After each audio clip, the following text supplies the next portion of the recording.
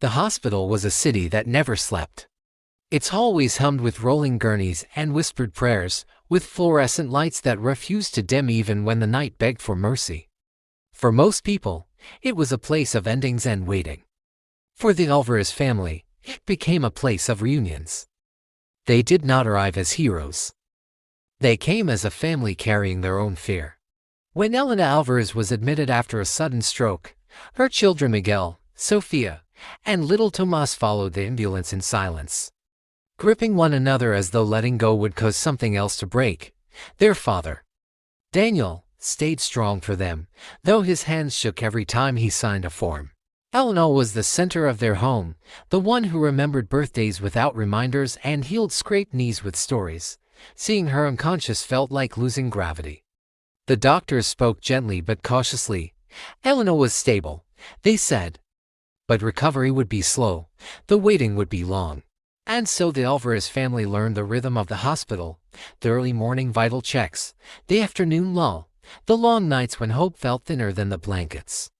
They learned which vending machine swallowed money and which nurse always had extra blankets. Slowly, they learned something else too. Everyone there was waiting for someone. In the room across the hall was Mr. Harris, an elderly man whose wife had been moved to another wing after complications. He hadn't seen her in days.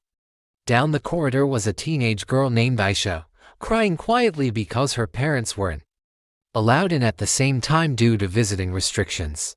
In the pediatric unit, a boy clutched a phone, replaying a voice message from his sister who lived too far away to visit. Sophia noticed first. She was 16. Observant in the way people become when their own heart is hurting. Everyone's separated, she whispered to Miguel one evening. It's like this place keeps people apart. Miguel, older and practical, shrugged at first. But the thought stayed with him. The Alvarez family had been lucky in one way.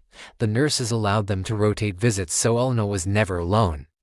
Daniel talked to her constantly, telling her about the kids, the house, the meals she would cook again.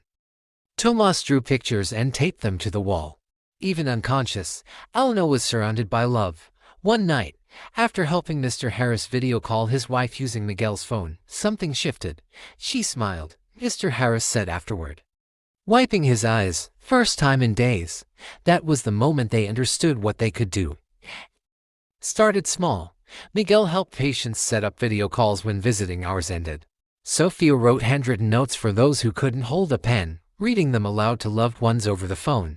Tomas delivered drawings to rooms where children were scared and bored, announcing himself as the hospital artist.